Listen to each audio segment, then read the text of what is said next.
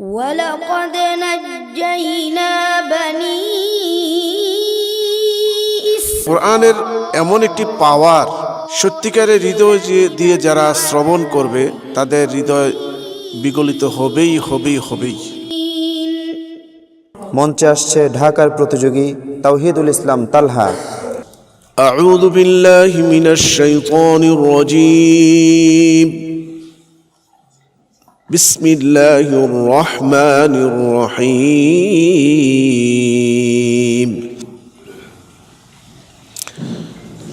ইন্নাল মুত্তাকিনা ফি মাকামিন আমিন।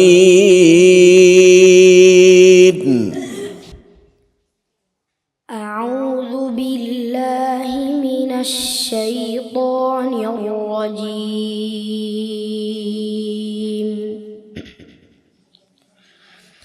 بسم الله الرحمن الرحيم.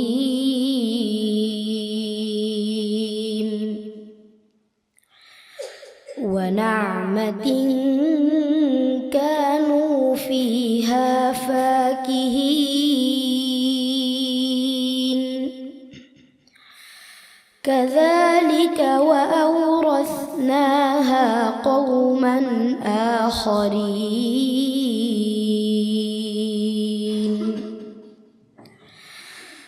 فما بكت عليهم السماء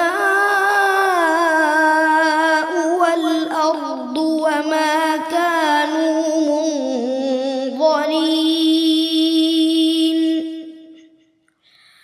ولقد نجينا بني إسرائيل من العذاب المهين.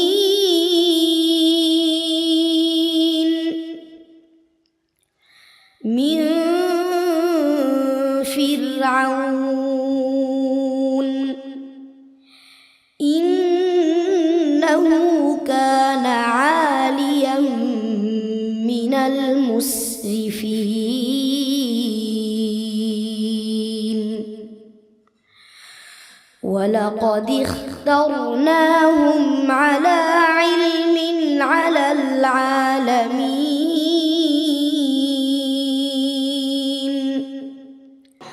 وآتيناهم من الآيات ما فيه بلاء مبين. إن هؤلاء ليقولون إن هي إلا موتتنا الأولى وما نحن بمنشرين.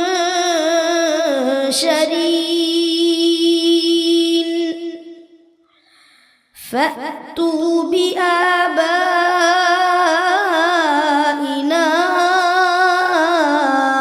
إن كنتم صادقين.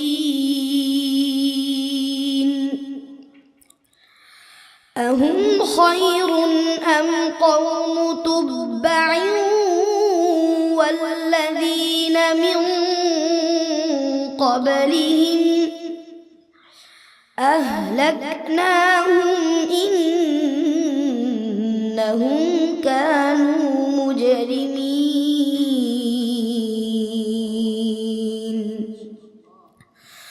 وما خلقنا السماوات والأرض وما بينهما لاعبين. ما خلقناهما إلا بالحق ولكن أكثرهم لا يعلمون. حسبك. صدق الله مولانا العظيم. মাশাআল্লাহ, আলহামদুলিল্লাহ। আজকের এই তেলাওয়াত প্রমাণ করে কোরআন এখনও জীবন্ত। কোরআন এখনও হৃদয়কে নাড়া দেয়, এখনও হৃদয়ে দোলা তোলে। আলহামদুলিল্লাহ, এই তেলাওয়াত শুনে মনে হচ্ছে আমাদের এই অনুষ্ঠান সফলকাম হয়েছে। আমাদের এই কষ্ট, আমাদের এই মেহনত আল্লাহ রাব্বুল আলামিন কবুল করেছেন। আমি আমার এই ছোট্ট বন্ধুকে আন্তরিক কৃতজ্ঞতা জানাই এবং তার যারা ওস্তাদ রয়েছেন, পিতামাতা রয়েছেন, আপনাদেরকে অনেক অনেক শুভেচ্ছা, কৃতজ্ঞতা জ্ঞাপন করছি। আমি চলে যাচ্ছি আমাদের বিচারক প্যানেলে, যিনি প্রশ্ন করেছেন। সম্মানিত বিচারক, এত চমৎকার তেলাওয়াত শোনার পরে আপনার মন্তব্য কি, আপনি একটু জানাবেন। সুবহানাল্লাহ বিহামদিহি, সুবহানাল্লাহিল আযীম, ওয়া মা আরসালনাকা ইল্লা রাহমাতাল লিল আলামিন। আসলে কোরআন একটি মুজিজা। আপনারা শুনেছেন যে কোরআন যে তেলাওয়াত এমন একটি জাদুকরী আওয়াজ, এই কথাটা আমি বলবো যে কোরআন, সেই জন্য এই জাদুকরী শব্দটা বেমানান হবে না, এই জন্যে যে কোরআনের এমন একটি পাওয়ার, সত্যিকারের হৃদয় দিয়ে যারা শ্রবণ করবে তাদের হৃদয় বিগলিত হবেই হবেই হবেই। অসংখ্য মুসলমান, অসংখ্য অমুসলিম মুসলিম হয়েছে কোরআন তেলাওয়াত শুনে। তো আজকে যে তেলাওয়াত করেছে আমাদের ছোট্ট বন্ধু তাওহিদুল ইসলাম তালহা, যে তেলাওয়াত দিয়েছে, আমার বিশ্বাস আজকে যদি এই তেলাওয়াত বাহিরে প্যান্ডেল করে খোলা ময়দানে হতো, হয়তোবা আজকেও এই তেলাওয়াত শুনে অনেক অমুসলিম মুসলমান হয়ে যেত। এমনকি অনেক আছে কোরআন পছন্দ করে না, কোরআন ভালো লাগে না।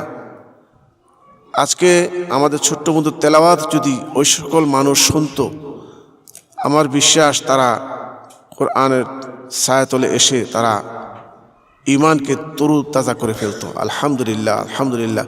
আমার কাছে অত্যন্ত ভালো লেগেছে, আমার হৃদয়কে স্পর্শ করেছে, আশা করি আপনাদের হৃদয়কেও স্পর্শ করেছে।